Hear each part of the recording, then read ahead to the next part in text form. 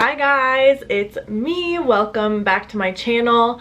If you guys are new to my channel, what's up? My name is Maddie and I am a registered nurse. I work in the operating room, and today is a very exciting topic because we are going to be talking about tips for new grads. You guys have been asking me for this video for quite some time, and I finally just got all of my ideas organized, and I feel like I can come to you guys now with like a really structured video that hopefully is very helpful for all of you who are future RNs, or maybe you just graduated nursing school, or you just got your first job as a nurse. I am going to be covering kind of two different aspects of tips for new grads today, so I decided to break this down into two different categories. So the first thing we're going to talk about is prior to graduating and getting your license, and then the next part is going to be once you've actually gotten your first job as a nurse. So I'm super excited. I hope you guys are too, and let's jump right in. I wrote down all of my ideas in this note that I've kind of been going through for the past couple months, and so I will just be referencing my phone throughout this video, so hopefully you guys don't mind, but it's a way for me to stay most organized and kind of get everything out that I want to say because I don't want to forget anything. So prior to getting your first job as a nurse, so maybe you are currently in nursing school, you're thinking about nursing school, or you are nearing the end of nursing school. Whichever place you might be in, I think you will find this to be helpful. This tip is to dive into your clinical rotations. So that means being present, staying organized, being respectful, and obviously always showing up on time. So it's very important that you treat each clinical rotation as if it's a job interview. So I know it might sound kind of crazy to some of you guys, but the nurses and staff that are going to be preceptoring you and kind of receiving you into their care for, you know, however long your clinical rotation is, they are actually going to be watching you like a hawk, and they're of course there to be helpful and to teach you things and to kind of show you the ropes, but a lot of times they're also looking at a potential employee someday. So just think of every day as a potential job interview. I think that's a really good way to go about it. Even if it's not your favorite floor or specialty, just go into it with an open mind. Always ask questions and just be super present, because you never know where you could end up working or where you could end up loving it there. So that is like my first number one tip. My number two is to try to pick your preceptorship or senior project or externship, whatever you guys call it, at your specific school. And I'm not sure every school does this, but I'm pretty sure every school does this. My school called it a preceptorship. So when you're a senior or you're in the last year of your nursing school, you are offered a preceptorship. So for us, we got to put our top two or maybe even three choices down on a list, and you were guaranteed you get one of your top three, not necessarily your top choice. So for me, I loved my L&D clinical, and then I really, which is labor and delivery, and then I really liked my OR clinical, operating room. So I think I listed labor and delivery, then operating room, and honestly I can't even remember what I put third. I think I put pediatrics. So my advice to you would be to strategically place your choices, obviously from your most favorite clinical you had to maybe your least, or to your second and your third choices. If you get the clinical rotation that you really wanted for your preceptorship, that's amazing. And if you get your second choice, walk in with an open mind, and again, treat this as a job interview.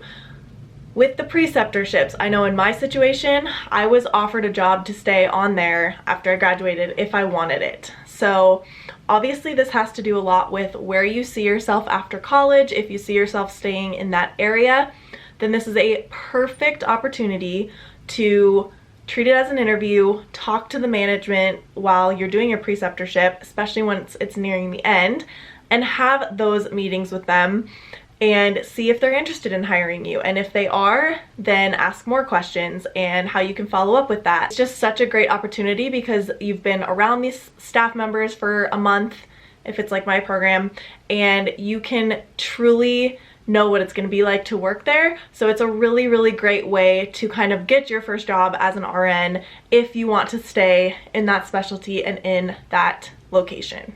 So with all of that said, you definitely want to make sure that when you're in your preceptorship that you are bonding with your preceptor, being respectful to all other staff members, and give them a reason to remember who you are and what your name is. So obviously that can be kind of intimidating at first. You know, you're a student, you're trying to soak it all in, but at the same time, like, you want to give them a reason to remember you and a reason to be like, oh yeah, I remember Maddie, she was a great student, it'd be cool to work with her. Any little things you can do to stand out and just be yourself and show that you're hardworking will just resonate with the staff members and will be an easier transition for when they kind of accept you into being part of their team. If you don't want to stay in your location or maybe that hospital that you had your preceptorship in, there are plenty of career fairs at colleges, so obviously take advantage of your resources. If there was a hospital you really liked that you did one of your clinicals in, you can always use your clinical instructor as a resource. So email them, go and talk to them in person, ask them more questions about that hospital if they know anyone in the management there, because usually your clinical instructors set you up with certain preceptors and they kind of know the people in the management positions in that area. So again, if you want a different hospital, still in maybe the same area, talk to your clinical instructors, talk to your professors. A lot of times they have really good connections for you and you can kind of get plugged in to one of those networks. My next tip is to definitely, once you are nearing the end of your senior year, think about what specialty is going to make you the most happy. And if you're super open-minded, then of course you can apply wherever you feel like applying. I know for me it was a little bit intimidating coming right out of school because I knew which specialty areas I liked, but I didn't know which state I wanted to live in. I just didn't have like a specific direction. Like some of my friends were like, okay, I'm gonna stay in Texas, I'm gonna stay in the Dallas area, and I want this hospital. For me, it was like, I just really had no idea. I had just gone through a breakup and my two best friends really were both moving back home to their home states. So that's what I ended up doing, and I did take a little bit of time off. So I would say to you guys, if you aren't sure which state, which specialty, and you kind of feel pressured to just get a job right away, if you do have the option to hold off for a month, 2 months, 3 months, however long, to kind of get yourself situated, take a little break after school and figure out exactly what is going to be the best place for you, where you're going to be the happiest, I would highly recommend doing that. I never regret going home and living there for a little while rent-free and kind of just having that time to clear my head and figure out, okay, what's going to make me the most happy? Which specialty do I see myself working with? Which population do I want to be working with? And all of that, because you're not necessarily going to just get this gut feeling in clinicals like this is where I'm meant to be. Sometimes it takes longer for certain people, and you need to know that that is okay to do that. If you don't have that luxury, obviously there is nothing wrong with applying to the first job that comes available and taking that also. There are obviously tons of nursing jobs, there's a nursing shortage, and it's totally okay also if you're watching this right now thinking, wow, I wish I could have taken time off. That's totally fine if that wasn't for you. If you want to jump right into a career, there's going to be tons of options for you, like kind of all the ones I've already listed prior to this. Another thing I would recommend to you guys is just to try not to let other people's opinions affect your decision of where you want to work and which specialty you want to be in. I think a lot of people have tons of opinions and no one really knows how you felt in that clinical or in that area other than you. So even if it's a specialty that has fewer jobs, for me, the OR definitely was a very specialized area. And since I did have my preceptorship in the OR, it made it a little bit easier. But even still, when I was applying in Colorado, new state, new people, no one knows me, you are taking a risk by applying for something that is a little bit more out there and usually requires years of experience. So my next tip for when you are actually starting to apply is to narrow it down to like 3 or 4 positions that you want to apply for. Obviously, if you are a go-getter, you can apply for as many jobs as you want. I'm not going to sit here and say that you should hinder yourself by any means, but at least for me, at any given time, I thought it was too stressful to be thinking about several different opportunities, so I narrowed mine down to, I think, 3 applications that I applied for, so 3 different job opportunities. I would highly, highly, highly recommend applying for new grad residency programs. So a lot of hospitals offer these programs, a lot of hospitals don't in certain specialty areas. I would highly recommend doing your research before just applying to a job, because a lot of hospitals do offer new graduate residency programs. So what that entails essentially is that you will get hired on and you will be able to learn everything there is to learn about that specialty under another nurse. So it's kind of like another preceptorship, but you're getting paid for it. So you're going to get hired on, you're going to get your benefits, your insurance, all that jazz, and you're going to be getting paid. So in my instance, it was a residency program that was a 6-week didactic program. So actually in class learning about the OR, and then 6 months of hands-on clinical preceptorship. I did 3 months of scrubbing training and then 3 months of circulating training after my 6 weeks of didactic training. So I would highly, highly recommend this. I think that you will be a huge asset to your team if you do a residency program. There's also nothing wrong with going right into the hospital if you get hired into a position and they kind of just let you go for it. There's nothing wrong with that either. I think either way you're going to learn immensely from all of your nurses and staff that have been there for years, or just are able to kind of guide you through your first year as a nurse. So you guys, I have an entire list in this phone that I was going to include in this video, but since it's getting kind of long already because I have so much to say, I'm going to do a entire other video about preparing for your first interview as a nurse. So I have so much to say about that, and I'm going to create another video about that. So look forward to that coming soon.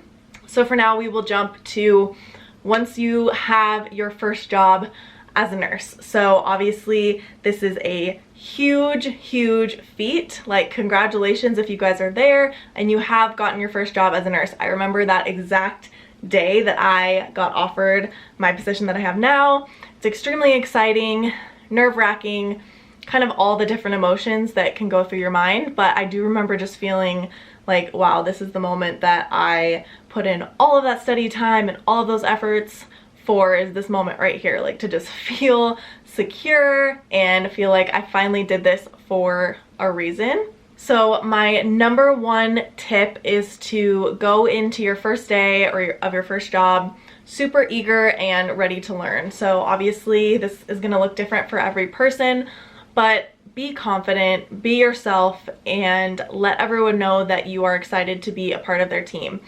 I think that it's very important for them to kind of realize that you are new and you're gonna meet people all along in any job that you ever have that aren't going to be as receptive to you being new, or even new to like this specialty or whatever. My second tip for once you have your first job is to take notes and ask so many questions. Just treat this as if you're still in school, if you have the option to do so, like in your first 6 to 8 weeks at least. Like, take as many notes as you need, ask as many questions as you need. Even if you think you're maybe being a little over the top or annoying, you do have to remember that these are patients' lives that you are caring for. It's not something to take lightly, and older nurses, you should be willing to help bring up the new nurses. There is a stigma about older nurses eating their prey, and it honestly infuriates me. I thankfully didn't really experience this, and I feel very lucky for that, but I did experience it in clinicals when I was in college, and I have seen it happen and heard about it happening to a lot of my friends that got new jobs. So I think it's absolutely ridiculous that this happens. I think in everyone's life as a nurse, in their careers, they were at one point the new person, the new girl, the new guy, and the new nurse on a floor or in a specialty area. So I find it very weird that they would belittle new nurses coming in. Like, we are the future of nursing. So that's what I have to say about that. I would also say a huge tip is to just figure out which routine is going to work best for you. So make sure that you are getting enough sleep, make sure you are eating in a way that's going to sustain you. Obviously, if you can't meal prep every week, like, don't put so much pressure on yourself to be this healthy, perfect routine person. But I will say the earlier you prioritize your routine and healthy eating, getting enough sleep, and drinking enough water, like, the better off you will be later in your career. Obviously, I'm only 2 years into my career, but I do feel like I, from the beginning, prioritized my health, getting in a good workout, taking time for myself, and just allowing myself to have that relaxation time away from work so that I could come in each day with a clear head, ready to take on whatever the day has for me, and obviously ready to give my patients the best care that I know I could give them. I would definitely say to try to bring a healthy lunch, or at least healthy snacks, and a reusable water bottle. This stuff might sound just cliche or like, yeah, Maddie, duh, but I think it's stuff that's just really important to verbalize. Like, the days I forget my reusable water bottle, I get home and I feel super dehydrated, or I use 10 styrofoam cups at work just like for no reason to get water throughout the day. So when you have your water bottle there, you're more likely to drink it. If you have healthy snacks, you're less likely to eat the junk food that is constantly in the break room, etc., etc. I think it's also really important to develop your time management. So obviously for every floor or specialty, this is going to be different.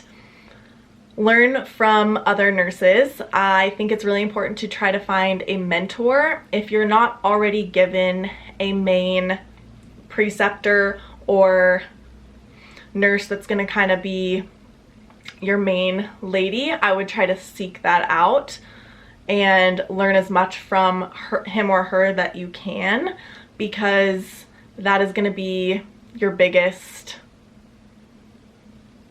what's the word? Advantage, I would say.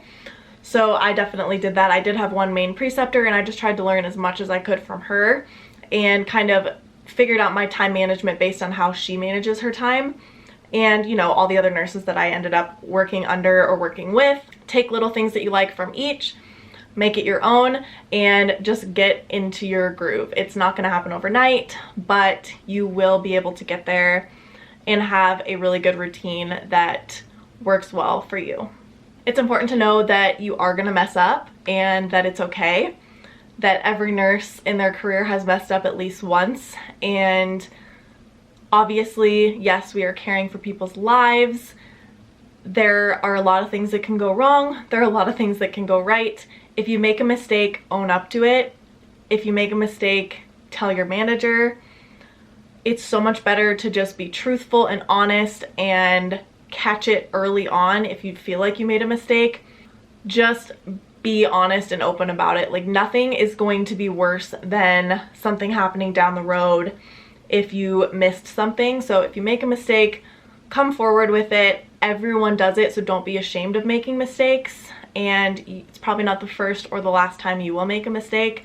We are human, and that is why we have coworkers and people around us to help lift us up after mistakes happen and just kind of make you realize that it's okay and life will go on. I also recommend being able to speak freely with your manager about your struggles, about your victories. That has been something that has really, really helped me through my first couple years, is being able to just go in her office and talk about whatever's on my mind. If I am struggling with something, personally or professionally, I can just kind of go in there and feel like it's a safe space and be able to just voice my opinions. All of our opinions matter, especially when you're a new nurse, it matters. Your management should want you to feel you are welcomed and in a safe environment. So if you don't, definitely speak up. And if you do, be sure to give them feedback on that, and just also share what you've been doing well. Like, it's awesome to get good feedback, and so share what you feel like you're doing well on, and it'll make you feel good. And then, as always, you guys, just try to find some time for yourself. I know this is probably also cliche, but as much as your new job is important to you, not losing yourself is almost just as important. So make sure you're doing the things that you were doing before getting this job if you can manage it and manage your time well. Again, yeah, just make the most of your first opportunity as a nurse. Soak in everything. You're basically like a sponge all over again. Obviously, you just went through all of nursing school as a sponge. It's kind of going to continue on for your first, at least your first year of nursing, and probably every year after that, because we're constantly learning new things, constantly, you know, learning from other people and learning from research and all the above. So those are my tips, you guys. I hope this video was helpful, and sorry if I was kind of rambling at any moment, but obviously I have a lot to say about this topic, so I'm glad I finally got this video out to you guys. If you liked, please, please, please give this video a thumbs up. It really helps me know which videos are doing well and which videos I should just keep posting for you guys, because then I know that you are loving them. So again, if it was helpful, give it a thumbs up. You can subscribe to my channel if you want to see more videos.